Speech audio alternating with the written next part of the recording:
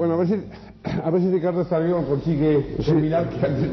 A ver si consigo terminar al menos estas cosas que yo había intentado señalar. Estamos ya hablando, ¿no? Sobre el asunto de la pobreza, creo que no hace falta hablar más. Los argumentos que se han dado en lo que vosotros llamáis las biografías oficiales responden a la realidad, porque hay testimonios de estos y los demás no pueden dar testimonios contrarios. Yo solo os recuerdo que una de estas biografías que llamáis oficiales es la del profesor Berglar, un alemán, una persona a la cual decirle que hace biografías de encargo es uno de los insultos, porque ha hecho biografías muy importantes y muy serias, y es una persona, vamos, que está fuera de toda duda en este aspecto. Luego, una cosa que me asombra mucho, que es lo que, Alberto, tú te has construido una teoría en base a la realidad, como todos los sociólogos. Entonces supones que esa teoría tiene que coincidir con los hechos. No, perdona. No, espérate, hombre, no, por favor. Mil perdones. Entonces, por mencionas hechos genéricos, dices, la operación exterior se montó así. Claro, estas cosas son muy serias. Y no se puede decir, Alberto, sea un poco serio. No, porque es que entonces vamos a dudar que tú tienes intención en saber la verdad. ¿No? He escrito 3 libros sobre el Opus, tú no creo que hayas escrito ninguno. Alberto, vamos a dejar hablar. Sí, por favor, un momento de silencio, entonces, que no lo consigue. Ahí, no es el que más ha hablado. Aquí tuvimos en una clave a Mando de Miguel. Creo que es una persona poco sospechosa o poco ventajosa de ser o no de encontrar con Opus Dei. Mando de Miguel escribió un libro que se llama Sociología del Franquismo, que a mí me ha venido muy bien, porque muchas veces han llegado ecos de estas, perdonadme la palabra, olores de sacristía que salen de España por el mundo ahí, cuando se discuten cosas alrededor del Opus Dei y de la política y tal, concretamente la participación de los ministros de Franco. Y Mando de Miguel, en esta sociología, cuenta todos los ministros que hay, los divide muy bien por familias políticas, los azules, los rojos, no sé qué, no sé cuánto y tal, y saben los tecnócratas que evidentemente es la sigla, la cota que utilizaba él para designar aquello que hoy día alguna gente dice que son los del Opus Dei, ¿no? Y es muy interesante ver esta lista, porque de toda la lista de ministros que ha tenido Franco durante su época, había 7 que habían sido del Opus Dei, y eran 114, 120, 140, no me acuerdo el número, y no había en ningún momento más de 3 o 4, no me acuerdo exactamente, que habían sido del Opus Dei. Claro, esto es un elemento cuantitativo que creo que a un sociólogo debería también interesarle mucho. De todo esto no se habla, ¿no? Esta es la pura verdad. Luego, hay que suponer automáticamente, porque Rafael Caboser hizo un periódico de otra tendencia, entonces que esto era un juego escondido. Pero no es esto, un momento, don Miguel. No es esto presuponer una intención determinada por parte de otro cuando no se puede demostrar. Porque ahora, si tuviéramos aquí un juicio, lo que tendríamos que demostrar es que el señor Calvo Sener, que en paz descanse, y el señor Fontán tuvieron el encargo de hacer una estrategia política en ese sentido, pero para esto hay que demostrarlo con documentos, con papeles, con testimonios, con argumentos, pero estos no existen. La teoría parece muy bonita, pero no es verdad, hasta que no se demuestre. Y muchas veces yo me encuentro en la difícil situación que tengo que demostrar que no miento, que no soy un criminal, que no violo a la gente, pero es muy difícil decir que no. Los que acusan tienen que demostrar. Si tú dices una operación, pues demuestra la operación, porque nada menos en el curso de esta noche has hecho cosas que, vamos, en Alemania tendrías 5, 6, 7 procesos encima de ti, juicios. Por lo menos por murmuración, cuando no por calumnia. ¿Puedo contestarle un momento? Sí. ¿Puedo contestarle un momento? Pero... No, déjale que termine de contestarle. Efectivamente. Es decir, yo fui a Alemania a hablar de la televisión, en la televisión sobre el Opus, y hablé. No había ninguno del Opus. El problema es que, y esto es una anécdota personal, en el Opus funciona la información dividida, que es la única razón por la cual a mí me echó una bronca Escrivá, la única vez que yo conocí a Escrivá despacio. Estábamos en París, 1952, y estábamos montando, yo era un joven de aquellos, pero había gente más mayor, una red de empresas para ayudar a la expansión apostólica del Opus, en Austria, en Alemania y en tal. Y habíamos como 12. Entonces, después de la reunión técnica para hacer los negocios, nos fuimos a la casa del Opus de París, donde estaba Escrivá. Y yo venía bastante feliz de la reunión. ¿Has dicho y qué me año, dijo, por favor? ¿Cómo? ¿Qué año has dicho, por favor? 52 o 53. Entonces, Escrivá empezó a saludarnos. Y yo dije, estamos reunidos de 12 países. Y en ese momento cayó sobre mí una bronca tremenda, que luego me explicó Antonio diciendo, es que de unas cosas se enteran unos y de otras cosas se enteran otros.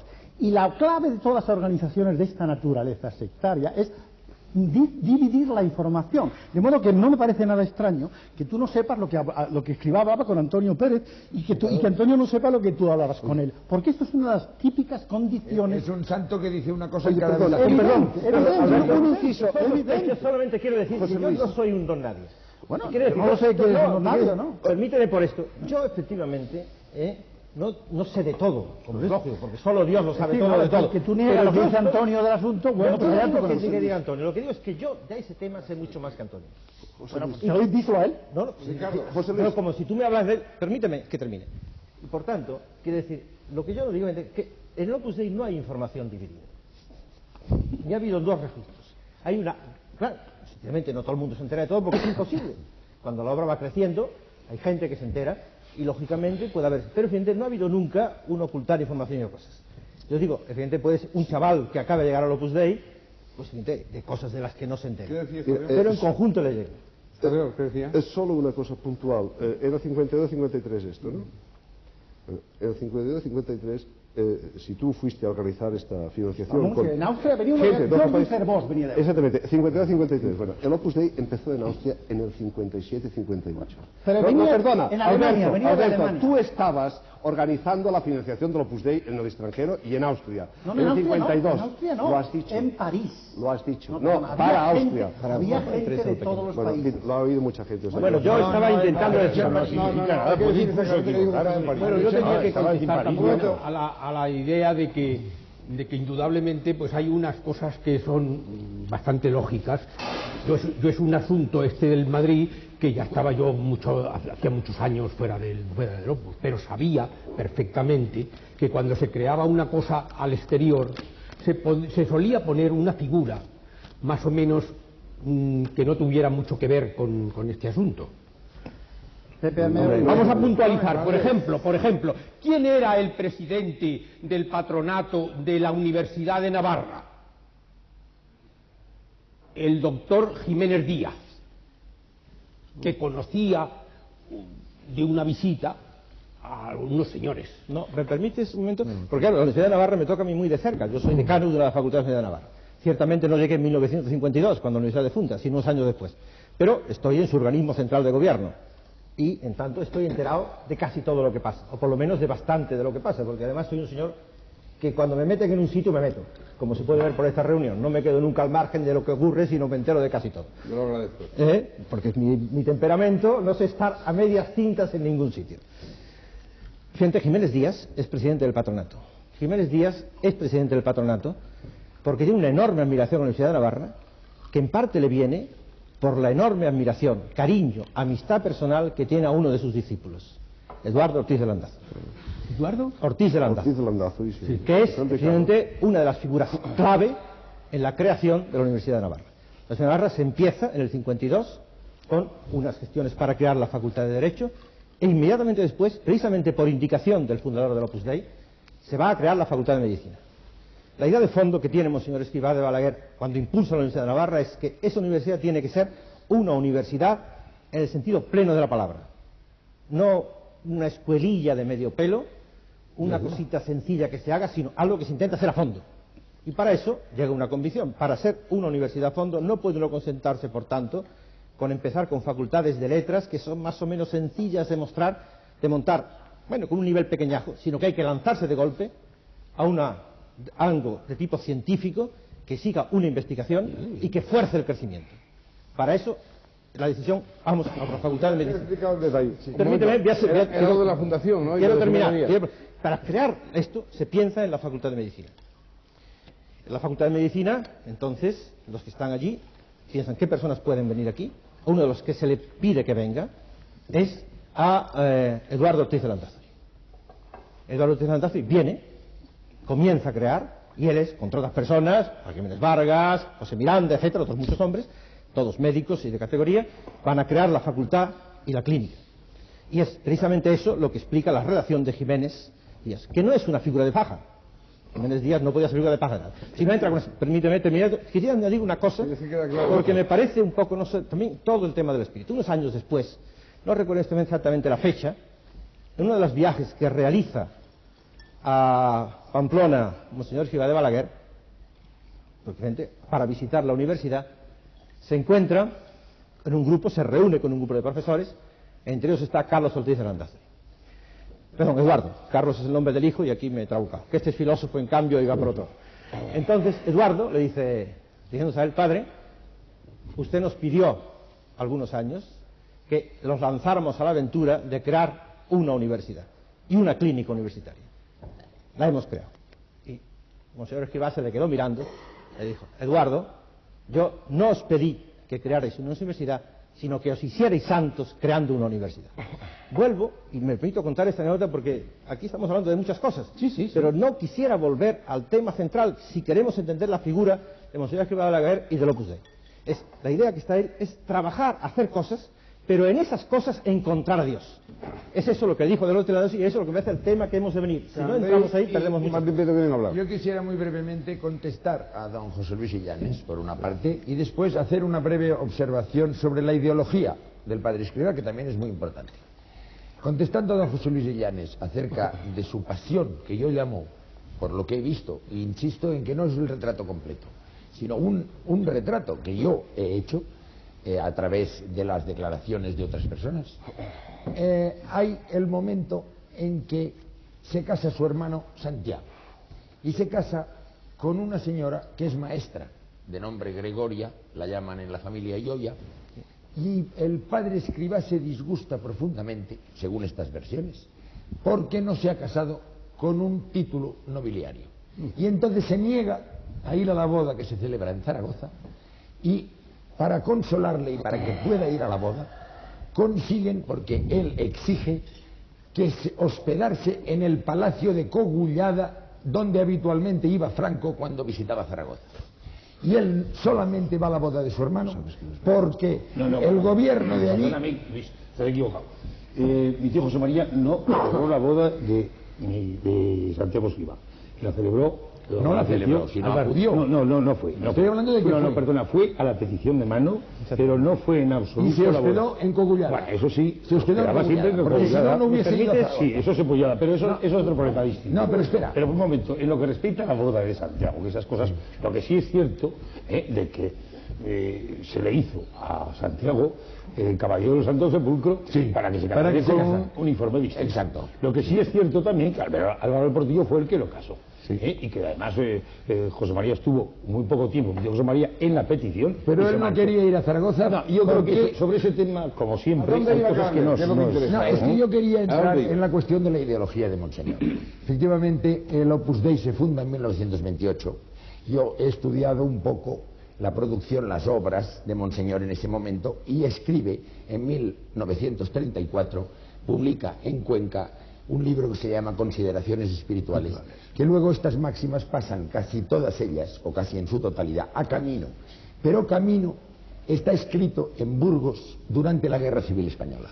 Y Camino entero está contagiado del nacional-catolicismo de la época. Esto es un aspecto que no es ya decir, me lo ha dicho este o me lo ha dicho otro, es leer Camino y leer las referencias al Frente de Madrid, a la clase de tropa, a la guerra que nos ha de santificar, a ver cuando esto marcha, estas cosas que son ya cuestiones de ideología, cuestiones de fondo del pensamiento de Monseñor, que está profundamente contagiado del nacionalcatolicismo y de lo que Urs von Balthasar, que fue un teólogo suizo que analizó la obra de Escrivá y sobre todo Camino, dijo que era integrismo, y en la ideología religiosa de Monseñor Escrivá es integrismo. Es el reinado de Cristo y la consecución del poder para imponer el reinado de Cristo. Aquí entramos en, perdona, aquí entramos en teología. Es que no hay la palabra de los que entramos en Es que teología y todos quiero tienen hablar. derecho a hablar. Martín Prieto. Martín Prieto. Dejarme que además yo ¿Cómo soy brevísimo, además. Con lo bien Además, que va. lo que quiero- Tienes ese mérito. Con lo bien Y que por va. eso defiendo su intervención. Lo Adelante, que Martín. quiero es lanzar temas sobre el parquet, ¿no? Y bueno, estamos tirando obligatoriamente de muchos flecos, ¿no? Porque estamos hablando ni más ni menos que de la obra de un hombre y de la vida del hombre, y eso es muy, muy complicado, muy complejo. Yo quisiera ver si alguien quiere comentar, porque yo no tengo ninguna referencia sobre, no sé, aquellos que abandonan pues la adoración nocturna o aquellos que abandonan la acción católica y que yo sepa no les ocurre absolutamente nada. El dramatis persona, el drama personal de todos aquellos, o de muchos aquellos que han tenido que abandonar la obra desde una perspectiva crítica, no solo en España, sino en España, en Italia, en Francia, en Gran Bretaña, que se han obligado a salir en defensa de su propia integridad y su propia moral, que han publicado libros, etcétera, etcétera. Yo no tengo noticia de que esto ocurra con alguna otra orden sacerdotal, con alguna otra orden religiosa o alguna asociación de espíritu cristiano. Yo no sé si este tipo de persecución, porque en un determinado momento salirte del Opus Dei era bastante más complicado que salirte del Partido Comunista en la clandestinidad, porque te hacían tierra quemada alrededor, ¿no? Era una cosa espantosa. Puedo contarlo. O eso es lo que opinan algunos. Entonces yo quisiera que alguien me ilustrara sobre esto, ¿no? Porque desde luego no se corresponde con un espíritu cristiano. Bueno, pues yo creo que contar mi caso es muy sencillo. No, me han dejado la palabra a mí, perdona. Cualquiera de los dos, porque van a ser los dos. ¿Quién quiere intervenir primero? Ah, no, pues que intervenga. No, como ha preguntado, el tema de salirse y la persecución es un tema que tiene que ver sobre todo con cómo son las personas. Es decir, hay mucha gente que se sale de la obra sin un duro. Es el caso de Miguel Fisac. Sin un duro, porque no tiene una... Menos 10.000 pesetas. Menos de 10.000 pesetas. Entonces, bueno, reconstruyó su vida, pero con una profesión. Pero lo que pasa es que hay mucha gente, sobre todo mujeres, que no tienen dinero porque han servido todo el tiempo al Opus, ¿no? Entonces, por ejemplo, las sirvientas que no las dan de alta en la Seguridad Social, que es un tema muy injusto, se van a la calle con una sensación de impotencia que hace aún más difícil el salir, de modo que yo, en los 40... No, perdona, estoy con la palabra. Se les apunta la Seguridad Social, ¿eh? Ellas dicen que no. Entonces, el problema es el siguiente. Yo te garantizo que las apunto yo.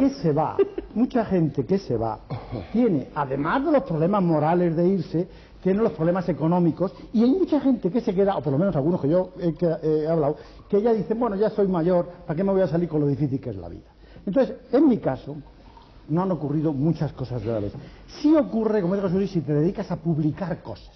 Yo tengo las tres historias. El primer libro, el que retuvo la censura española en la época de Franco, simplemente fui a pedir permiso, porque en aquel momento había un Ministerio de Información y Turismo, como recordaréis, y había que pedir permiso. Y yo le pedí visita a Ricardo da Cierva, que era encargado de la censura entonces, en la época aquella. Me dijo, mira, con ministro Sánchez Bella y sus secretarios José María Champelayo, que era del Opus, un chico que se murió, yo no te publico este libro. Y yo le digo, bueno, pues me vas a tener que decirlo por escrito. Yo tengo un papel prohibiéndome el libro. Se murió Carrero Blanco, entonces Juanito Fernández Figueroa, que es el editor del libro, me llamó a Lima, donde yo estaba en ese momento, y me dijo, lo sacamos, y lo sacó. Pero el segundo pasó un poco parecido. El segundo lo sacó Argos Vergara, que se llama Los hijos del padre, ¿verdad?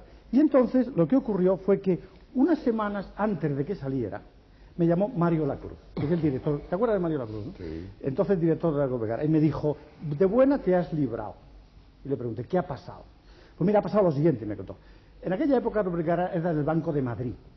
Y entonces él me dice, han llamado del Banco de Madrid diciendo que si se podría retirar ese libro, porque hay presión de gente del Opus. Y yo le he dicho que ya me he gastado el dinero en imprimirlo, de modo que te has saldado de milagro. El tercero, en fin, es un poco más pesado, porque el tema de Plaza Janés es que fueron esa oficina que tiene el Opus de Información, que son básicamente unos pesados que van diciendo que tal. No, yo le decía, escribir otro libro contra el mío. Pero en vez de escribir un libro contra el mío, lo que hacían es tratar de evitar el mío. Y entonces, pues los gerentes de Plaza Janés, con uno de los cuales he hablado esta noche, porque el libro está agotado y quieren y hay que sacar una segunda edición, fueron presionados, porque en cierto sentido la sensación que hay es que la única verdad que tiene que estar en la calle es esa verdad oficial. Y cuando tú llevas la contraria, se incomodan, y se incomodan de una manera grave. Yo debo reconocer que no he sufrido ninguna persecución. Yo cuando me quise ir me fui. Conozco a otros que se han sufrido, y voy a poner un último ejemplo. Me acuerdo de un muchacho que se hizo cura del Opus y estuvo en México muchos años. Este muchacho decidió marcharse del Opus, ya no era tan muchacho, ¿verdad? Y se marchó. Entonces él vivía en una casa en México, él se dedicaba bastante a curas de pueblo. Entonces, una vez marchado, un cura de pueblo se fue a la casa donde vivía y dice, ¿puedo ver a Faustino Castro? Y le contestaron, aquí no vive Faustino Castro. ¿Cómo que no vive? Si yo lo he visto hace 2 meses. Y dice, aquí no ha vivido nunca Faustino Castro. Y Faustino Castro me contaba eso, ya un poco de paso, porque él ya había llorado lo suficiente por ese asunto, pero efectivamente salirse es una descapitalización, en cierto sentido. Y si tienes profesiones y si tienes alegría de vivir y un poco de ayuda, sales adelante. Pero debo reconocer que hay gente que lo ha pasado muy mal, lo sigue pasando, sobre todo si son mujeres. Por favor. Bueno, una cosa que me parece que como ha ido saliendo, dejo lo del integrismo porque me gustaría que lo contestase José Luis Illanes, ¿verdad? Que me parece que es más experto en el tema. Pero, bueno, a mí me parece que convendría ir entrando un poquitín en el tema, como también decía Miguel Fisac, que bueno, pues hablemos nosotros realmente del padre, ¿no? Que es lo que pretendemos hablar de Monseñor Escrivá, ¿no? Entonces, bueno, es cierto que en toda figura de estas grandes se puede ver desde muchos puntos de vista. Y yo el punto de vista tuyo, Luis, yo es que lo comprendo perfectamente. Tienes unos datos, manejas estos datos y sobre esto construyes una historia, ¿no? ¿verdad? Pero, bueno, hombre, una cosa que me parece que todos hemos de tener deseo es de enriquecernos de datos, ¿no? Que es lo que yo decía de las biografías, que tú decías, no me gustan. Hombre, tampoco me gustan a mí, porque creo que falta mucho para que salga la biografía realmente que pueda hacer el peso para todos, ¿no? Bueno, esto es algo un poco al paso de que yo pretendería, ¿no? Es decir, así, tímidamente decir que se quitase un poco la idea de la biografía oficial, porque es que no existe, por muy Vázquez de Prada que sea un señor y ha hecho una biografía de Santo Tomás Moro. Vázquez de Prada es un señor que se ha metido un día, que se ha ilusionado, él por su cuenta, que nadie se lo ha encargado, se ha puesto a escribir y ha dicho esto vale, vino a mi oficina, nosotros estuvimos allí retocando gatillos y tal, cosas que se podían retocar. Hoy si la viéramos retocaríamos muchas más, es decir, porque no es una biografía definitiva. Y además posiblemente es una biografía no como el libro de Alberto Mongada para ir haciendo reediciones, sino estas biografías mueren en cuanto muera el último ejemplar, no son biografías para reeditar, vamos. Quizá ya sabéis que las editoriales van poniendo primera, segunda y 18 edición, ¿verdad? Pues eso es un poner por poner, ¿no? Es decir, que no tiene más importancia, ¿no? Y claro, es decir, yo un poco, ¿no? Para salir al paso de toda esa visión que a veces se nos crea a nosotros un poco desde fuera, yo lo que reconozco es que nosotros somos muy malos propagandistas de lo nuestro. Lo reconozco, o sea, no sabemos, ¿no? No sabemos, ¿eh? Si podéis darnos una lección de ello, los que sois expertos de ello, un experto en publicidad, yo le agradecería, ¿verdad? Es decir, que para que nos entendamos mejor, ¿no? Pero, es decir, esta idea que podemos tener de que se mitifica a Monseñor Escrivá de Balaguer, ¿no? Bueno, es posible que sea verdad, es decir, que lo mitifiquemos, es posible, ¿eh? Porque claro, a mí una cosa que me ocurre es que a mí me pregunta ¿qué defectos tenía Monseñor Escrivá de Balaguer? No lo sé decir. Pero es que si a mí me preguntáis qué defectos tiene Luis Carandés, tampoco lo sé decir. ¿Yo cómo voy a decir los defectos que tiene Luis Carandés? O como que dijo José Luis Illanes, que vamos los conciertos juntos. ¿Cómo voy a decir yo qué defectos tiene? ¿Verdad? Bueno, puedo yo en cosas exteriores puedo decir, bueno, que chilla mucho, que me apasiona, pero bueno, esto no es decir absolutamente nada, ¿verdad? Entonces dice, hombre, es decir, tenemos a Monseñor Escrivá en este momento, es decir, con el respeto que merece del juicio de Dios, y que después de ahí para abajo viene el juicio de la Iglesia, es decir, que es lo que usted decía muy bien, ¿verdad, José Luis? A mí me ha gustado mucho la intervención de José, todas, ¿verdad? Es decir, especialmente me refiero al periodista, no a ti, José Luis. Bueno, si es que estamos aquí los tres, José Luis, bueno, pero yo creo... No, perdona, Miguel, déjame terminar una pequeñita cosa, ¿no?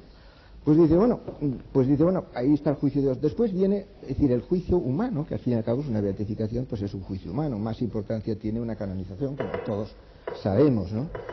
Bueno, una beatificación es exponer, es decir, una figura con un bagaje, es decir, de vida, de virtudes, en este caso con una espiritualidad, es decir, para ejemplo de los miembros del Opus Dei, que evidentemente seguimos esto y tenemos derecho a que se nos deje seguirle, ¿no? Pues que cada uno tenemos derecho a seguir lo que nos parezca, ¿no? Pero además de esto, bueno, hay una serie de gente que se mueve alrededor, ¿no? Y luego quien quiera, a lo mejor Jesús Luis va y quiere, ¿no? Pues es decir, va y entiende y descubre cosas, a lo mejor no, pues no pasa absolutamente nada. O sea, esta semana hemos celebrado, me parece que son del orden de 25, 30 santos, que si yo ahora los enumerase, ninguno sabríamos quiénes son. Bueno, ¿qué importancia tiene eso? ¿Que hemos de saber todos, hemos de venerar a todos? No. Es decir, bueno, el que le tenga veneración, pues muy bien. Entonces hay dos pequeñitos detalles que yo digo y con eso termino, ¿verdad? O sea, respecto de, yo digo, no sé qué defectos tiene Monseñor Escrivá de Balaguer. Ahora, lo que sí sé es que él se sentía defectuoso, él se sentía profundamente defectuoso, Yo recuerdo una de las primeras cosas cuando yo estuve en Roma, en la días del año 55, que a mí me dijo, es decir, rotundamente, mira, tú cuando hables de mí no digas nunca que soy un santo. Tomar nota también de estos datos, ¿verdad? Esto lo he oído yo directamente. No, eso lo he No digáis nunca cosas edificantes. No digas nunca cosas edificantes. No digas tampoco que yo soy el canalla que dicen algunos, porque tampoco soy un canalla, ¿verdad? Yo soy un pobre pecador que ama a Jesucristo, ¿verdad? Es decir, que trata de seguir a Jesucristo. Es decir, el pobre pecador ahí, en este nivel, es donde él se ponía. Y respecto de la política, yo llegué a Roma, uno de los viajes que hice, porque yo hacía muchos viajes, justo cuando acaban de nombrar a Alberto Ullastres, es decir, que era el único realmente miembro numerario de la obra que entonces entró en el gobierno de Franco, ¿no? Y entonces Alberto Ullastres acababa de hacer un discurso en la feria de Bilbao, que él, no sé si te acordarás, acordaréis vosotros muy bien, que él solía hacer un discurso en la feria de Bilbao que decían que era para las cocineras, y después otro discurso en Barcelona que decía que era para los economistas y tal, ¿verdad? Bueno, aquello era una manera de hablar nueva en España, hablarle a las cocineras y el precio de lo que costaba las patatas y tal, ¿no? Y entonces a mí se me ocurrió decirle a Monseñor Escrivá, Alberto Ullastres, porque yo no sabía que, él decía, ¿qué pasa por España? ¿Qué tal? Él siempre quería que le contásemos cosas, ¿no? Yo le dije, pues, que Alberto Ullastres ha hecho un discurso que ha gustado mucho. Digo esto y él saltó inmediatamente y me dijo, a mí no me importa lo que haga Alberto Ullastres como ministro. A mí tú ahora me dices que Alberto Ullastres le ha salido un grano en el cogote textual, yo inmediatamente diré que se ponga al cuidado porque esto puede ser peligroso a su edad. Pero a mí lo que haya hecho en Bilbao no me importa nada, no me importa absolutamente nada, ¿no? Es decir, no tiene para mí absolutamente ningún interés. Sí. Yo lo que pasa es que con lo de las biografías, este alemán, por ejemplo, se ve clarísimamente, pero vamos, leyéndole el libro se ve que hay una cosa que está informado, porque se la contó probablemente Juan Jiménez Barcar de detalles del paso del Pirineo. Y luego después empieza a sacar la ideología religiosa del señor Escrivá y la cuenta como si fuera la biografía. En la ideología quiero hablar. Sí, no, esto es opinable. Un momento, vamos a ver si sale la ideología ahora de momento, pero vamos con los espectadores también antes, porque si no, no van a tener lugar a intervenir. Me gustaría que aclarasen yo siempre les digo que sean ustedes lo más breves posibles en las respuestas para que haya la mayor cantidad de preguntas posibles. Sé que no lo consigo casi nunca. Ser breve es una simple anécdota. Un momento. Bueno, venga, esa es muy breve. Muy breve. O sea, para que no diga que no. Camino está escrito la primera versión en 1932. Sí, la de consideraciones espirituales. No, antes del 34, en 32, no, pero publicado en 34. Es absolutamente ajeno al 39 y al ambiente del nacionalcatolicismo. Sí. Segundo dato, Hans von Balthasar escribió ciertamente en el 63 un artículo llamado Integralismo. Sí. Ese artículo, en el mundo teológico, fue enseguida recibido como un artículo poco informado. Una persona, no del Opus Dei precisamente, puesto que era precisamente jesuita, Karl Rahner, escribió 2 años después un artículo diciendo von Balthasar cometió el error de escribir precipitadamente sobre algo en que había meditado más despacio. El propio von Balthasar reconoció que es así.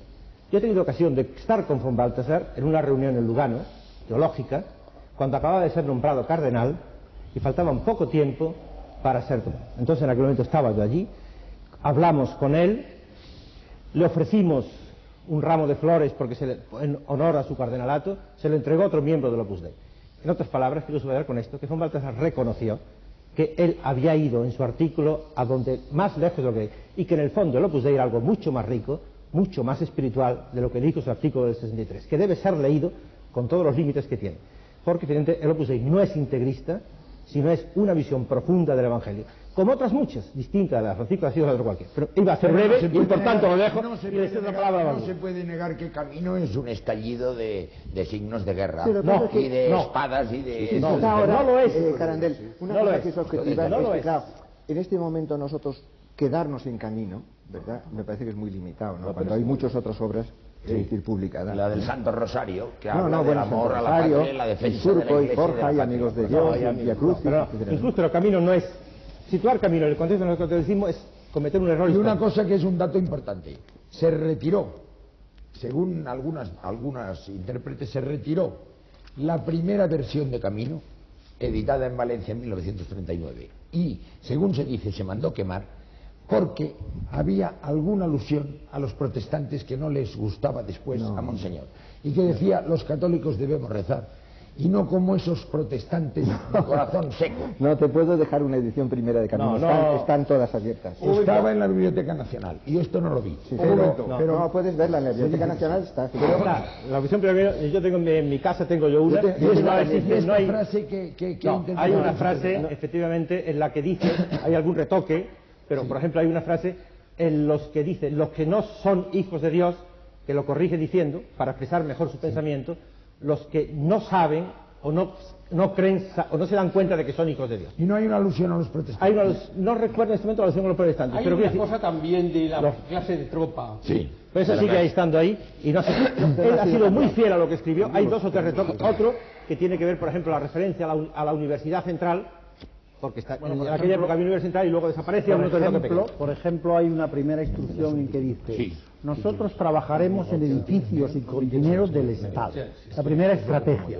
Y luego han hecho colegios privados, amánticos. Es decir, en la época tuya, la actuación del Opus era dentro del Estado. Una cosa no excluye la otra. No, pero nunca tendremos colegios. Yo he oído muchísimo hablar, que por cierto, en época me han cambiado totalmente el sentido, de decir que se decía, que yo le he oído al señor Escrivá, no una vez, sino muchas veces, que los frailes y las monjas que caían en hacer esto, en hacer una idea de su fundación para salvar, para librar o ayudar a las prostitutas y para ayudar a los enfermos y para ayudar a los niños, y terminaban luego haciendo colegios de niñas ricas.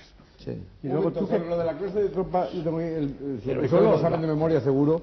El punto 28 dice: el matrimonio es para la clase de tropa y no para el Estado Mayor de Cristo. Entonces, ansia de hijos, muchos hijos y un rastro. Usted no es en esa máxima. Luego dice.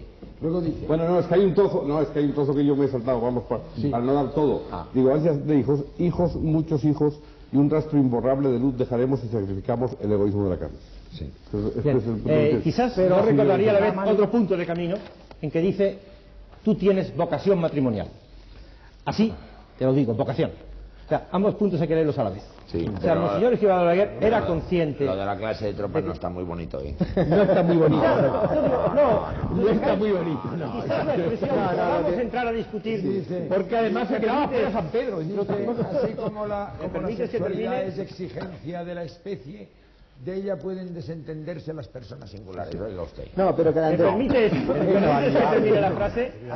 Mire, ¿me permites que termine la frase? Que quisiera decirlo. Yo creo que lo importante no son las expresiones.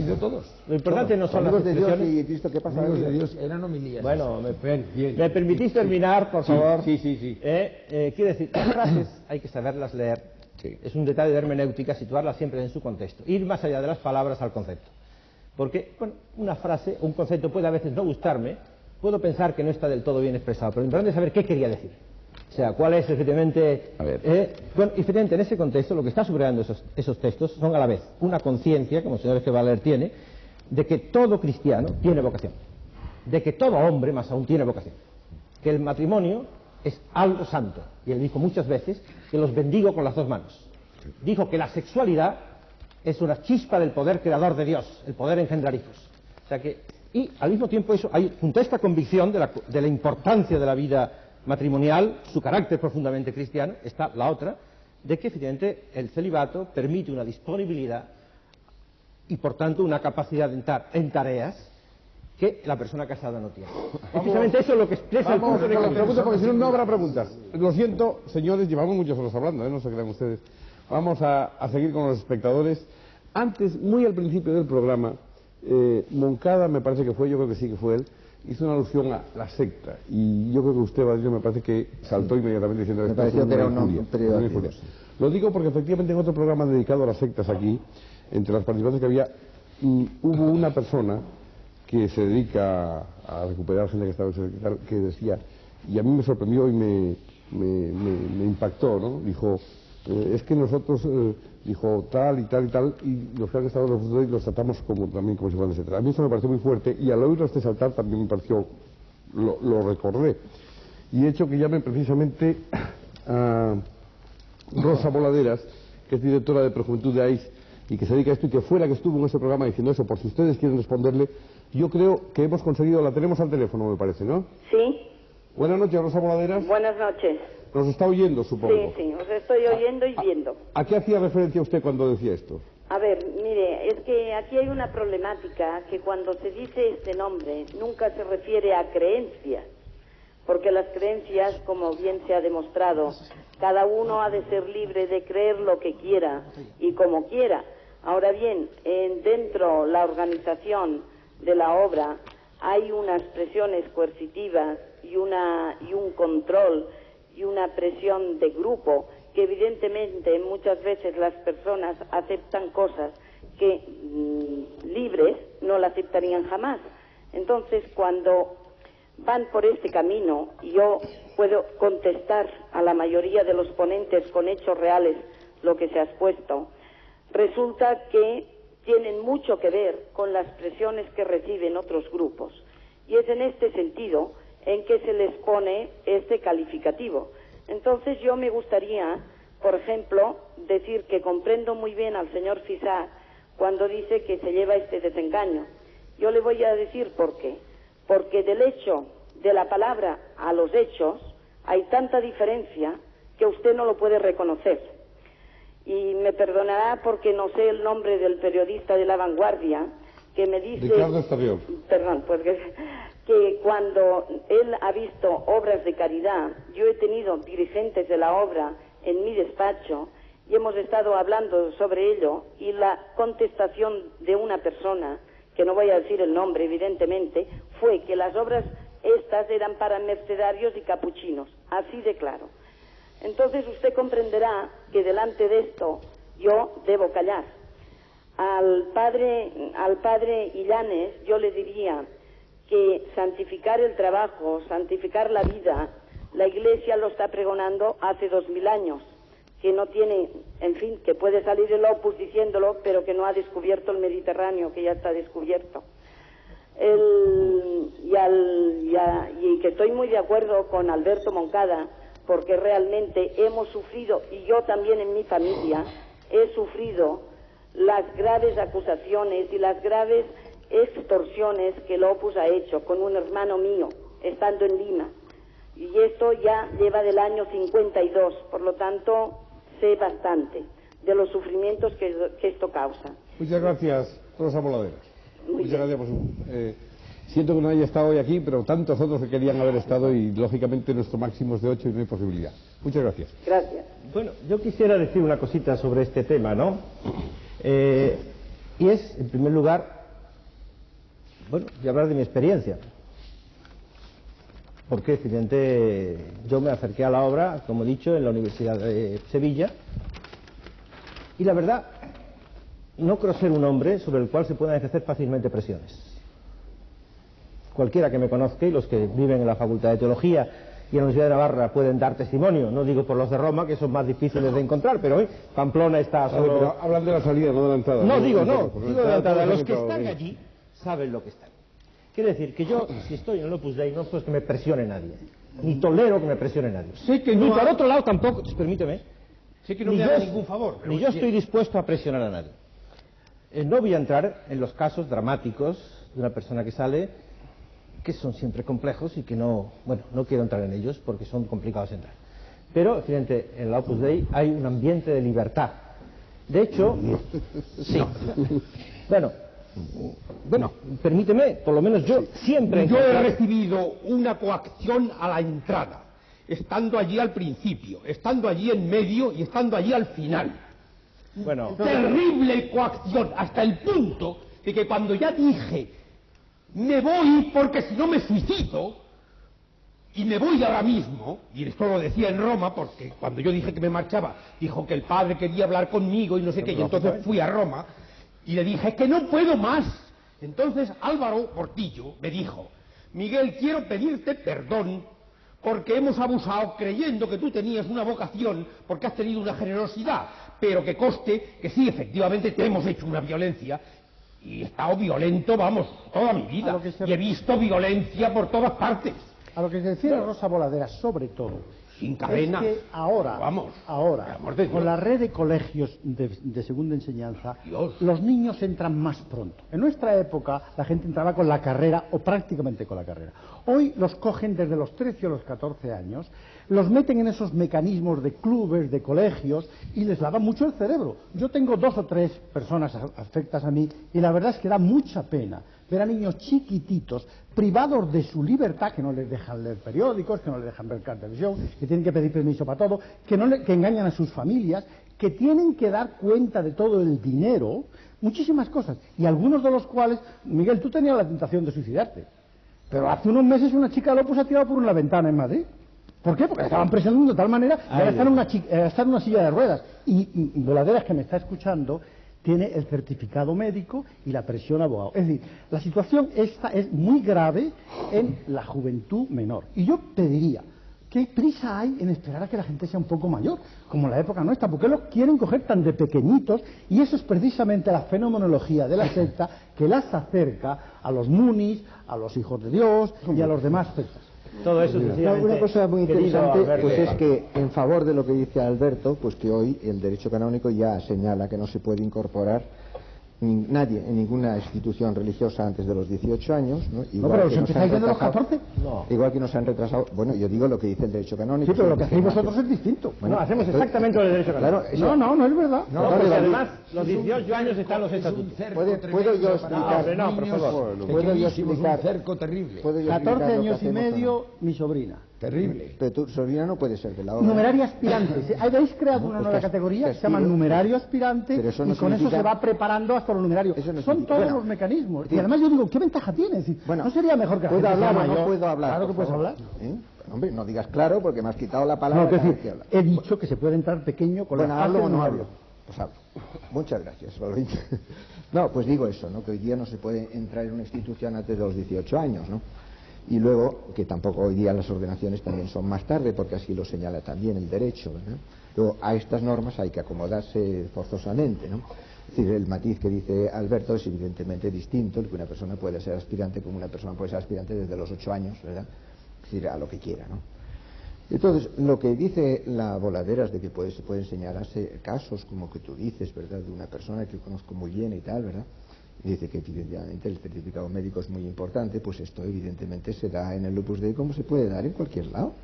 Absolutamente en cualquier lado. Es decir, en este momento, bueno, atentados de suicidio por depresiones, ya me diréis vosotros cuántos conocéis, quizá todos los días hay, ¿no? Vamos a ver. Entonces, dices que esto se puede dar, es un problema sociológico que se puede dar a 70.000 personas. Vamos a ver, ha sido culpa mía por entrar en esto. Yo quiero ahora que los espectadores se quiere decir que la señora Voladeras les pido brevedad las respuestas, ya que son todos tan cristianos, veo aquí, o casi todos, por lo menos vamos a la brevedad las respuestas.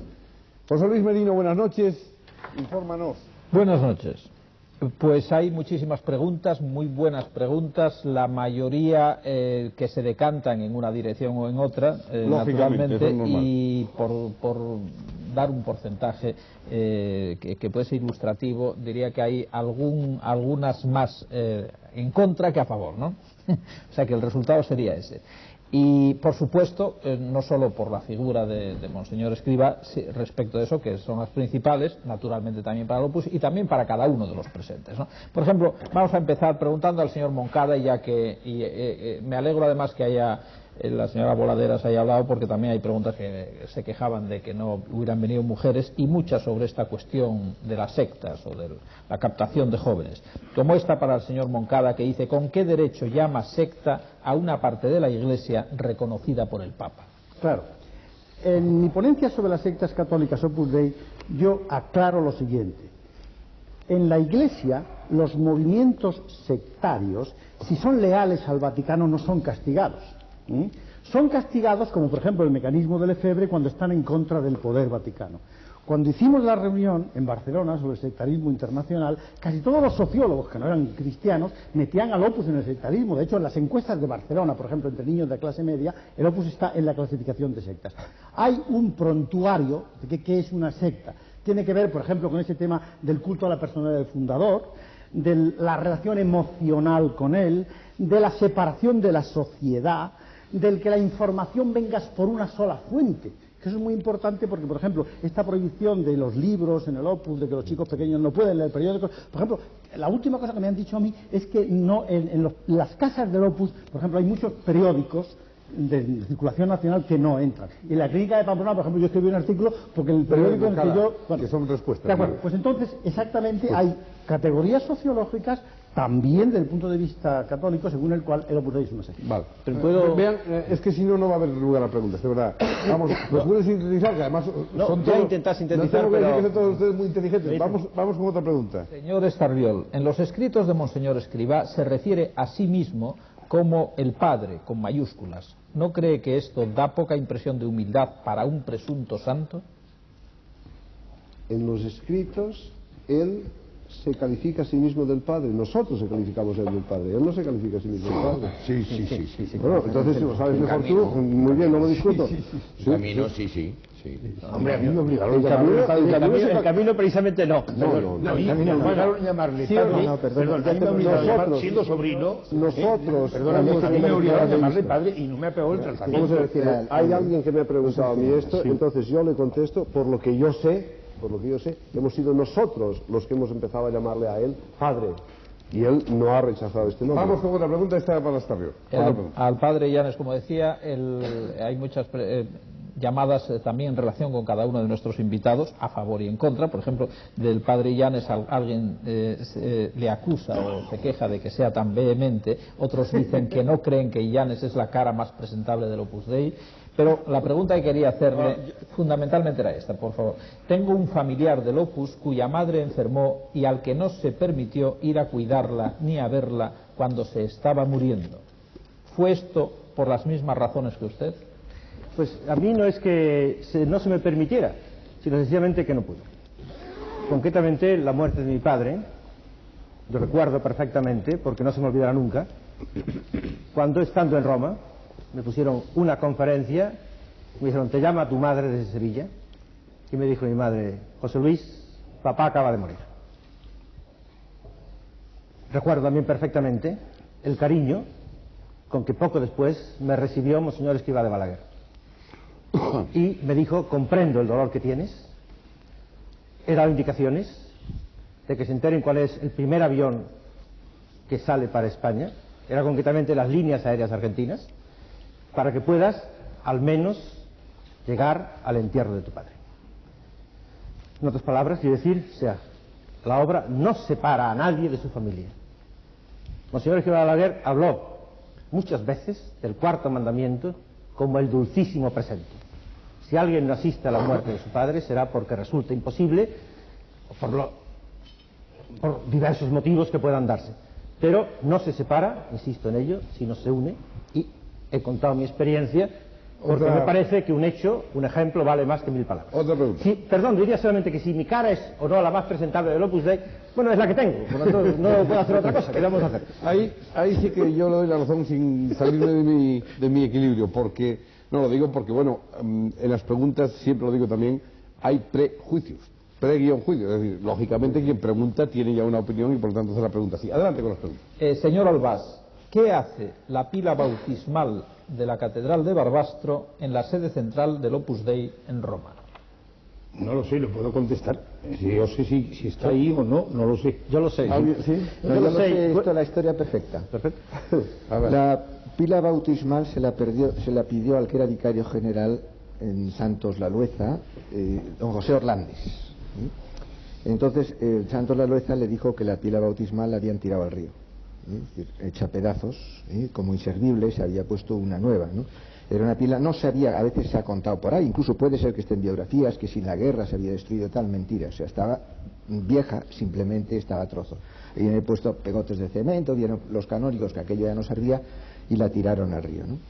Entonces él encargó a un hombre, a un conserje de la catedral, que a ver si podía recuperar, y él fue piedra por piedra recuperándolas, que las llevaron al huerto del obispo, y entonces allí se empaquetaron y se mandaron a Roma. Es decir, entonces ya naturalmente con conocimiento del obispo y del cabildo, ¿no?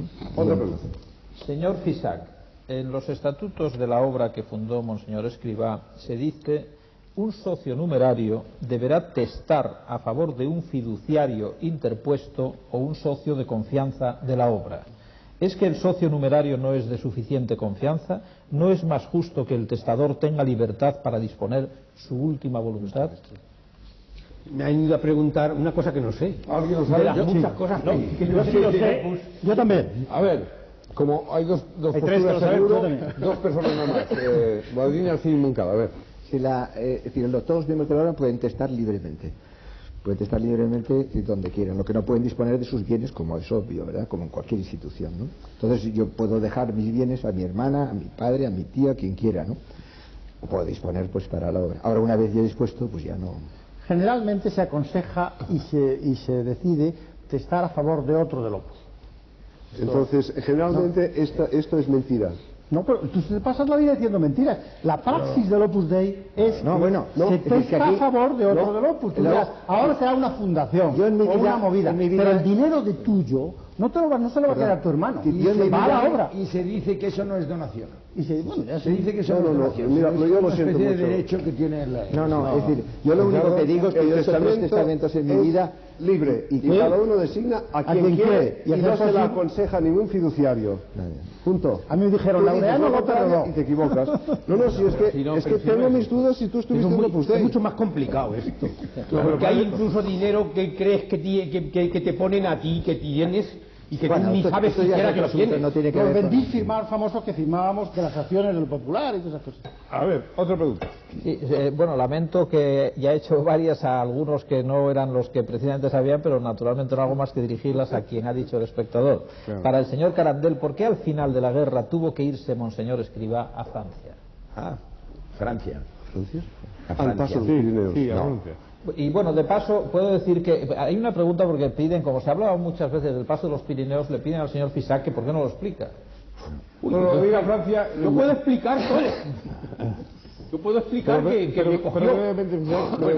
Bueno, él se fue a Francia porque sencillamente estaba en Madrid y salió por Valencia. Después de la guerra. Dice después de la guerra. Ah, después de la guerra. Lo que yo no me he enterado hasta hace unos días es por qué fue haciendo un esfuerzo que a mí me pareció y que lo era, heroico, sin documentación, de mala manera, jugándose la vida, fue a buscarme a Daimiel, Juan Jiménez Vargas, para que yo me pasara con ellos al Pirineo. Sí. Y no me explicaba mucho eso. Y cuando llegamos al Pirineo, y luego una noche que yo recuerdo que no es cosa de contar ahora, pero que porque haría falta una completa ronda de historias de estas, pues pasamos y el señor Escribal entró una congoja terrible diciendo que dejaba a Álvaro Portillo. Yo digo, ¿y cómo dejaba a Álvaro Portillo y me buscaban a mí? Claro. Luego me he enterado pues que me buscaban a mí porque creían que mi padre podía dar dinero para pasarse. Y luego hay otra cosa, otra segunda parte de ese tema muy dolorosa para mí, es que se pagó la mitad del precio del paso y después el guía apareció por Madrid después de terminada la guerra a cobrar esa segunda parte y el señor Escrivá no quiso recibirlo ni le pagó ni nada. Y a mí eso me pareció muy para que estés tranquilo, al guía se le terminó pagando. Se te pagó al guía. No. O sea, para que estés tranquilo en tu conciencia, al guía se le pagó. Y te puedo decir quién y qué cantidad, te lo puedo decir todo. O sea que... Bueno, no en aquel momento, no en aquel momento. Tú das un dato y yo doy otro, son datos. Bien. Pero la verdad es que... Yo lo cuento como lo sé, vamos. Cuando se marchó a Francia y a la zona que llamaban entonces Nacional, sí, que fue a Burgos y a otras ciudades, estuvo en Salamanca, también en Valladolid, fue durante el principio de la guerra, es decir... El final del 37. El final del 36, sí. El 18 de diciembre de 1937... Sí. Fue cuando llegamos a Torrejón. No, y el 12 a Andorra, sí, a San Julián. Otra pregunta. Para el padre Badrinas, le preguntan, actualmente consagrados obispos, algunos sacerdotes del Opus y con Monseñor Escrivá santificado, ¿no existe el peligro de crear una iglesia dentro de la iglesia, dando lugar a un cisma? Y otro, le preguntan también, ¿quién lidera actualmente en España el Opus Dei? No. Pues a la primera pregunta digo que esto es la praxis normal de cualquier institución religiosa, ¿no? Otras instituciones religiosas no tienen un prelado, pero tienen su jerarquía interna, como pueden ser pues todos los religiosos. Dentro de esto pues hay obispos, como tienen los jesuitas, tienen todos los lados del mundo, tienen los franciscanos, tienen los carmelitas, pues tienen, digo, las órdenes religiosas, ¿no? Que es una cuestión completamente diferente, ¿no? De lo que decía. Pero bueno, esto no crea un conflicto el hecho de que sean menos que un obispo, porque los otros son simplemente presbíteros, son obispos, ¿no? En el Opus Dei el que preside pues es obispo y los otros también son obispos, pero claro, el obispo que preside tiene una jerarquía determinada sobre los que son obispos del Opus Dei, y los que tienen obispos del Opus Dei tienen otra jerarquía en su territorio. Vemos, esto es una cosa sencilla que está resuelta desde hace muchísimos siglos en la praxis de la Iglesia y en las leyes de la Iglesia. Y respecto a quien manda en España, pues es don Tomás Gutiérrez, monseñor Tomás Gutiérrez, porque es prelado doméstico de su santidad, cosa que no es nada, ¿verdad? Pero bueno, puede llevar calcetines morados si quiere, no, en España no los usan, pero es prelado doméstico y es el consiliario o el vicario regional del Opus Dei, es el que manda dentro de toda España y vive en Diego de León 14 y allí pues recibe a quien le quiera ver. Otra pregunta. Para don José Luis Martín Prieto hay varias preguntas en relación con Ruiz Mateos. ¿Qué tuvo que ver el Opus en la creación y desarrollo de Rumasa? ¿Cómo José María Ruiz Mateos fue acérrimo al Opus Dei y luego cuando tuvo un problema no tuvo otras palabras que acusar al Opus de gente de mal vivir? ¿Y si Torre Ciudad ha sido refugio de delincuentes o lo fue para Ruiz Mateos durante 6 o 7 meses? Yo estoy prácticamente... Por cierto, que acabo de enterarme que tengo una llamada de la secretaria de Ruiz Mateos. Ahora no sé si tenía relación con esto, no. Simplemente eso. Me estás quitando los malos pensamientos de la cabeza, porque estoy absolutamente convencido de que todas esas llamadas son de don José María Ruiz Mateos. No me cabe ninguna duda, vamos. No sé, Ruiz Mateos es un hombre vinculado espiritualmente al Opus Dei, como él mismo ha confesado durante toda su vida. Es un hombre que ha hecho unas denuncias gravísimas sobre el Opus Dei cuando a tenor de sus propias opiniones pues el Opus Dei le ha dejado caer en la más absoluta de las miserias. Y ¿qué relación tiene pues todo el entramado, uno de los entramados económicos pues más conflictivos y más complicados de los últimos años? Un hombre que después de haber creado Rumasa ha sido extraditado de Alemania por presuntos delitos comunes relacionados con asuntos financieros y que ha hecho denuncias gravísimas sobre las que no me quisiera yo extender en demasía, porque yo además yo creo que soy el único de los que estamos aquí que se encuentra en libertad provisional precisamente por la querella de don José María Ruiz Mateos. O sea que no quisiera agravar mi situación procesal. Vamos a otra pregunta. Para don José Luis Illanes, ¿no cree que Camino está basada casi íntegramente en las dos obras del padre Corbató de finales del siglo pasado, tituladas La Orden de los Cristóforos y La Regla Galeata? ¿Por qué ambos libros desde hace varios años han desaparecido misteriosamente de principalmente todos los seminarios de España? Pues no sé si esos libros han desaparecido o no de los seminarios de España, porque no me dedico a investigar a los seminarios de España. Sospecho que sencillamente porque probablemente salen poco. Pero en cualquier caso, debo decir que no tienen nada que ver con Camino. Camino no está influido en esos libros ni en ningún otro. Tengo a sospechar que bueno, la difusión de esos libros es bastante pequeña, sé lo que son, de lo que tratan, conozco la idea de esos libros y no hay ninguna relación de fondo con Camino, ni siquiera tampoco de forma. A quien debe mucho el padre Escrivá es al padre Ángel Ayala, que es el fundador de los Luises, de la Compañía de Jesús, y el fundador de lo que luego hizo don Ángel Herrera, que es la CNDP. Bien, es decir, ahí sí que hay una gran influencia directa porque estaba actuando el padre Ayala entre el laicado de la época. No, si ahora entrásemos sin influencias que puede haber. Eso creo que se puede estudiar. Sí, pero vamos, hay mucho que estudiar en mucho que estudiar ahí. Yo creo que conozco bien al padre Ayala a través de mi padre y por tanto Miguel Fisán no creo que haya Camino como ha visto escribir Camino. Yo lo he visto escribir. Algunas cosas de esas él llevaba en el bolsillo unos papeles y se le ocurría alguna cosa y decía que era una gaitica. Pero no copiaba de Ayala, vamos. No copiaba de ninguna parte, no. Y era una gaitica. Era una gaitica. Otra pregunta. Una gaitica. Son multitud, como me parece que ya apunté antes, las preguntas que hay en relación con la captación de jóvenes y también con la separación de los jóvenes respecto de los padres, pero no voy a, solamente citarlo porque ya se ha hablado bastante de ellos. Tal vez como relacionado con esto, esta pregunta para el señor Estarriol, que dice, ¿por qué ponen centros para jóvenes y no ponen en la puerta que son del Opus Dei? ¿Por qué ponen centros para jóvenes y por qué no ponen en la puerta que son del Opus Dei?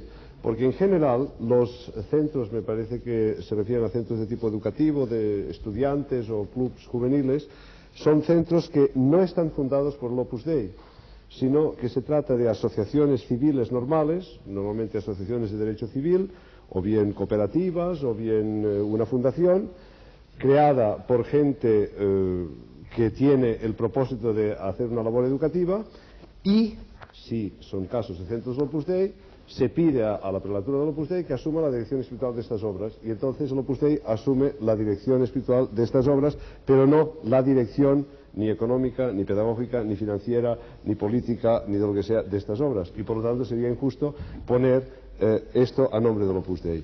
Cuando es una institución de la prelatura, entonces figura, yo no sé cómo está aquí, pero en Austria tenemos allí, pone prelatura Opus Dei, y se llama al timbre, pues habla una señora y dice, sí, aquí es el Opus Dei, ¿qué quiere usted? No, muy brevemente.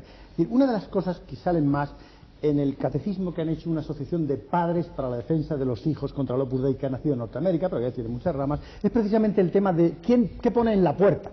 Es decir, el obispo Hume de Londres hizo una directiva que ya no sirve porque al ser el Opus prelatura, el Hume ya no se puede meter en lo que pasa en Londres en el Opus, diciendo, primero, que se puedan confesar fuera, segundo, que no entren jóvenes, y tercero, que pongan en la puerta, que responsabilicen con los centros. Lo que dice Estarriol es perfectamente legítimo. El Opus organiza un grupo de gente que dan la cara, el término fiduciario, tantas veces se ha hecho eso en el Opus, y luego lo demás, evidentemente, ellos manejan.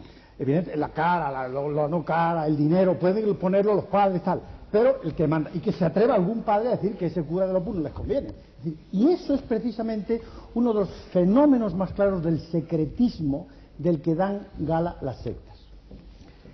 Yo quisiera aquí decir dos cosas. Primero, la directriz del canal Hume no es del canal Hume, sino concordada del canal Hume con las autoridades del Opus Dei de Inglaterra, para salir al paso de algunas informaciones erróneas. Y, efectivamente, recoge, por tanto, la praxis propia del Opus Dei. El colocar o no el nombre en la puerta del Opus Dei me parece secundario. Cualquier señor que vaya a una labor en la que está el Opus Dei se entera a los 2 minutos, no tarda ni un segundo en enterarse. Porque, evidentemente, el Opus Dei no tiene nada que ocultar, ni lo oculta en este caso. Yo creo que nadie que vaya a la Universidad de Navarra tarda en enterarse ni 5 minutos de que el Opus Dei anda por allí.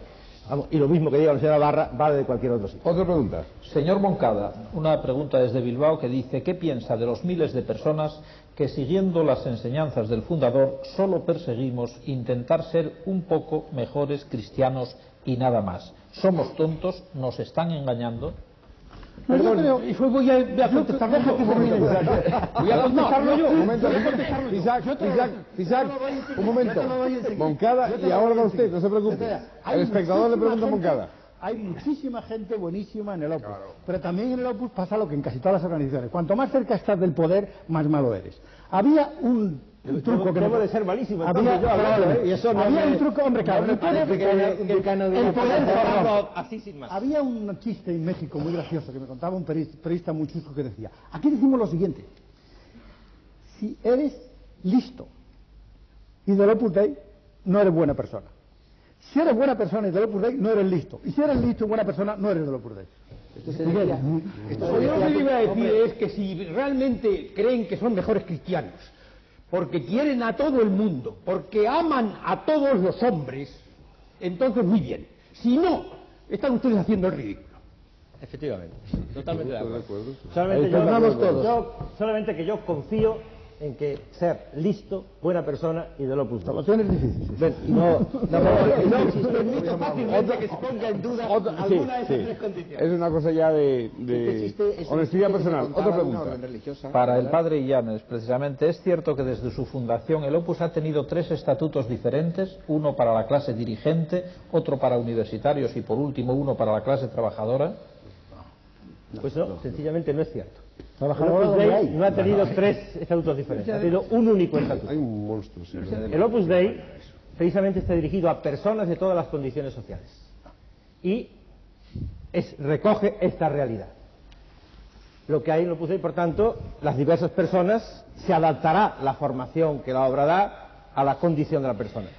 Y por tanto, si una persona es un obrero, le exigirá una formación doctrinal, unas horas de dedicación diversas a las que le exige un universitario. Pero no hay 3 estatutos diferentes, sino un único estatuto, y una de las ideas más claras del fundador del Opus Dei es precisamente la unidad radical de vocación. Que en el fondo la importancia de la obra... No estoy de acuerdo. Yo no he conocido prácticamente ni el 3% de personas que pertenezcan al Opus Dei que sean trabajadoras ni pobres, ni desde luego en la fundación y en los 20 primeros años ninguno. E incluso los libros a geografías del tío José María establece que la vocación, el proselitismo tenía que hacerse en la universidad, a los universitarios, eso está claro. Desde luego, hoy por hoy, no habrá ni un 3 o un 5% que no sean, vamos a ver, trabajadores con un alto rendimiento económico. O sea, yo digo que son los que perciben unos buenos salarios. Pero si no hay buenos salarios, no. Y luego también santifica el trabajo bien remunerado, y la renta de capital, porque la mayoría de las personas que pertenecen al Opus Dei pues tienen un capital bastante considerable. Como la pregunta venía dirigida a mí, quisiera yo decir algunas palabras en ese sentido. Y diría, yo he escrito un libro en colaboración con otros 2 autores, Amadeo de Fuenmayor y Valentín Gómez Iglesias, sobre el itinerario jurídico del Opus Dei, publicado precisamente por Ediciones Universidad de Navarra, en el cual puede alguien encontrar toda la historia jurídica del Opus Dei y los diversos procesos. Un largo proceso, porque el Opus Dei había un camino en este sentido. Y ahí puede encontrar la explicación del hecho que acaba de referirse Carlos Albás. Desde el principio el Opus Dei está dirigido a todo el mundo. Concibe, Monseñor Escrivá, ve que para llegar a cubrir ese itinerario tiene primero que dirigirse a quienes puedan, de hecho, dar cohesión a la obra. Y por tanto se dirige primero a intelectuales, pero entendido por intelectuales en un sentido amplio de la palabra, universitarios o gente con una cierta capacidad de formación, con vistas a que, dando así cuerpo a la obra, pueda extenderse a todo tipo de personas. Y esa síntesis va. Y de hecho actualmente ahí forman parte de todo tipo de personas. No sé qué proporción haya. Sí quiero subrayar el enorme amor de Monseñor Escrivá de Balaguer a el trabajo profesional, manual y obrero. Voy a contar un hecho concreto, porque me parece que los hechos concretos son importantes. Me sitúo en 1965. En ese año tuvo lugar la inauguración, precisamente por Pablo VI, de un complejo confiado por Juan XXIII a la obra. Ese complejo es el Centro Elis, siglas que significan educación, laboro, etcétera, en italiano, en la cual hay una parroquia, un centro de formación para mujeres y otro para obreros. Acudieron a aquel acto un conjunto de personas de la parroquia, como es lógico, al que estuvo Juan. También personas venidas de otros lugares, entre ellos varios obreros manuales. Después del acto, voy muy rápido, al día siguiente del acto, en que tuvo Pablo VI un encuentro de algunas personas con él. Estaba yo allí presente, con unos obreros. Monseñor Escrivá de Balaguer, dirigiéndose a ellos, le dijo con emoción: voy a hacer con vosotros algo que suele hacer con los sacerdotes, es besaros las manos. Porque así como las manos del sacerdote están consagradas por la ordenación sacerdotal, las vuestras están consagradas por el trabajo. Todo trabajo ha sido hondamente apreciado por Monseñor Escrivá de Balaguer. Pero besaría pocas manos. No, los 20 o 30 que había allí, y en ellas las de todos los demás que pudieran ver. Esta historia yo contaría otra también, y es que yo me vi sorprendido en Pamplona, una de las veces que él celebró misa en una catedral, de que se pusieron a los lados del altar unos mineros con casco, con uniforme, y yo me quedé sorprendidísimo viendo el resto. Entonces en aquel momento había una campaña, no campaña, vamos, sino estaban diciendo la verdad del elitismo del Opus Dei, que no se acaba de reconocer, como es lógico, en el sentido que en principio mi tío José María ha ido a la esfera socioeconómica más importante e intelectual. Perdón, no socioeconómica, Bien, sino y además hay otra cosa dice? clara, que también funda los agregados. Y entonces los agregados, que son mucho más agregadas, son las del servicio doméstico que están en las casas. No, perdón, Las sirvientas son las de las sirvientas. Las sirvientas que están en las casas donde... Auxiliares, ahora se llaman auxiliares. son criadas. Bueno, digo lo mismo. La terminología la va a ir cambiando continuamente. Y hay otro tema también. Las numerarias inicialmente se dedican a lo mismo, a dirigir a las sirvientas para los centros o colegios mayores, para dirigir también a las casas donde vivís vosotros, porque vosotros seguís viviendo con trata. Bueno, me gustaría que estuviera aquí. Otra pregunta. Perdón un momentito. Me gustaría que estuviera aquí no. la vicerrectora de mi universidad para ver si ella efectivamente se dedica a... José Luis Merino, otra pregunta. Sí, precisamente además hay muchas preguntas que vienen a colación de esta cuestión sobre el apostolado de no dar. Y concretamente, como he seleccionado esta para el señor Cisac, que dice: ¿cómo puede ser beatificado un señor que decía que a los pobres no hay que darles dinero porque no saben gastarlo, en su apostolado de no dar de su libro Camino? Bueno, no sé. Acostúmbrate a decir que no. Las que no sé.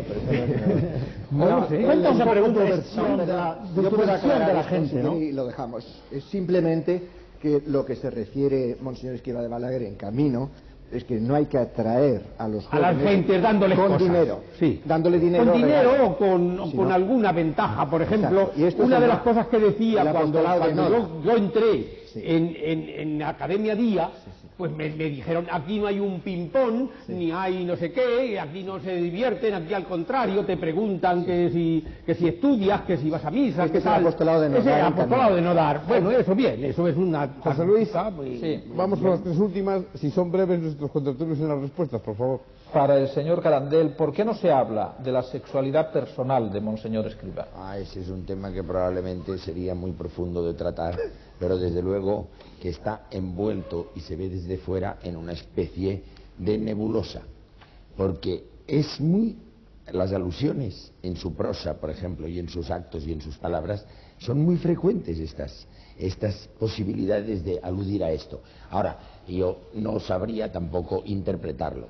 Yo lo que creo es que lo que verdaderamente se refuerza en el Opus Dei, en ese esteticismo que el Opus Dei siempre ha manifestado, su culto litúrgico, su deseo de suavidad, las alfombras mullidas y la construcción, él tenía vocación de arquitecto, en esas cosas se ve una especie de pensamiento esteticista que quizá tenga algo que ver con una sublimación, pero sí posiblemente con una sublimación del gran tema de la sexualidad, que haría falta casi psicólogos y maestros en psiquiatría para saber cómo funciona eso. Desde luego está envuelto en una nebulosa extraña que deja como intranquilo en la lectura.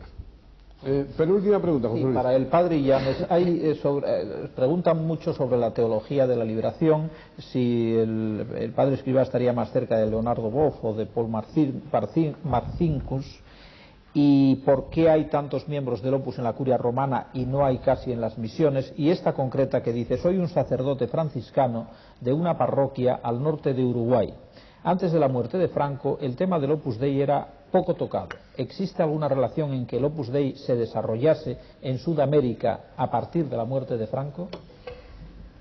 Bueno, yo creo que Monseñor Esquiva de Balaguer no está cerca de Marcinkus, sin duda alguna, tampoco de Leonardo Boff. Tiene su propio camino, que es, evidentemente, la invitación a santificar todas las profesiones, todas las tareas, y a vivir con una profunda entrega la preocupación por los demás. Conozco bastantes países de América, porque los teólogos viajamos más de lo que a primera vista puede parecer. He estado en Uruguay, en Argentina, en Chile, en Ecuador, en Venezuela, en Brasil. Puedo decir que en todos ellos he encontrado, en muchos de ellos, una honda labor social promovida por personas del Opus Dei. Por otro lado, me parece que la expansión del Opus Dei a América Latina comienza bastante pronto. El primer viaje que se realiza, precisamente Pedro Castiaro y algún otro, es, si la memoria no me falla, en 1948.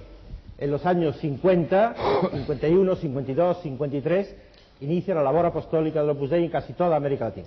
Y de ahí surgen infinidad de actividades. Otra pregunta. Una de ellas todo. La última, José Luis. La última. Antes de cerrar aquí. La última para el... Ya sé que habrá muchas otras, pero estamos en casi las 3 de la mañana. Muchísimas, sí. Para el señor Badrinas, para el padre Badrinas, una muy corta, dice, ¿qué relación hay entre el Opus y los partidos nacionalistas en España? Ninguna, absolutamente ninguna. Habrá muchos en la obra, pues que, bueno, algunos que votamos partidos nacionalistas, ¿verdad? Porque nos sentimos de la tierra, como nos pasa a Fiscarandel y a mí, ¿verdad? Que estamos empadronados en nuestra tierra y allí lo vivimos, pero vamos, a nadie más, ¿no? Con los que yo convivo no saben nada los partidos nacionalistas. ¿Quién quiere cerrar algo? Si es muy rápido, apostillando aquí. Adelante. Yo quería preguntar... Todos prácticamente. Pues, si es muy breve, no, tendrá que cortar. Yo quería simplemente, primero agradecer que estén nuestros amigos. Pues yo también. Y segundo, también quisiera invitarles a la otra cara. Es decir, ¿por qué no hablamos del Opus cuando esté beatificado? Porque yo apuesto a que el 17 de mayo, allí estaremos todos, supongo que nos invitaréis a la ceremonia, los que hemos ayudado. Entonces, que después de la ceremonia, cuando ya sea beato y tal, tengamos una reunión en esta clava y en otra sobre el tema del Opus Dei. Yo solamente una cosa muy puntual que le puede ayudar quizá a Carlos a comprender alguna cosa, ¿no? Y es el que bueno, esto en la postulación yo no me ocupo de organizar el viaje a Roma, porque Dios me libre, ¿verdad?, de organizar esto, sino en fin, cada centro y cada grupo se organiza a su manera y invita a sus amigos, como Alberto Moncada. Pero yo lo que quiero decir es que una gran mayoría de miembros de la obra de España no podrán ir a Roma porque no tienen dinero. Las sirvientas irán todas, ¿eh? Me alegro. Pero, yo sí pienso ir. De todo lo que hago... Te alegro mucho de tener en la familia ya te diré dónde estoy. Un nuevo santo, vamos. Pero eso, desde luego, no significa en absoluto que el proceso esté viciado, de que haya que iniciarse de nuevo. O sea, que puede ser santo, pero más despacio. Mira, si quieres, Carlos, un día hablaremos despacito de esto y yo te cuento, te doy todos los datos que quieras. Desde luego, ha demostrado que no podía llevar el proceso. Yo para resumir veo al Opus Dei como una entidad, como una asociación terriblemente paternalista y con el culto a la personalidad del Padre, que les convence, porque dice que la inspiración de crear el Opus Dei le vino directamente de Dios, les convence desde el origen de su santidad y trata, y se llama Padre porque llama hijos a los socios del Opus Dei, y que es verdaderamente una entidad paternalista, y todo eso explica muchas cosas del funcionamiento del Opus Dei. Por supuesto. Para poner un ejemplo solamente diré que la casa natal de Monseñor Escrivá en Barbastro era una sencilla casa que estaba en la esquina de la Plaza Mayor de Barbastro. El Opus Dei... Yo la vi y le hice una foto. Y el Opus Dei ha comprado 2 casas más allá y ha construido una gran casa diciendo aquí nació el fundador del Opus Dei. No lo dice. Cosa que no es verdad. Esto no lo dice en ningún sitio. Bueno, y también está siendo hijo de una familia arruinada de Barbastro, que se arruinó como comerciante de tejido su padre y tuvo que ir a trabajar a la tienda que se llama la Ciudad de Londres de Logroño. Ahora trata de presentar a la familia como una familia noble y dibuja, que usted ha estado en Monte Pairioli muchas veces y lo habrá visto, el cuadro donde aparece la madre de Monseñor, que era una sencilla señora de pueblo, con un manto de armiño, y el padre vestido de caballero. No, era el traje de boda. ¿Me permites?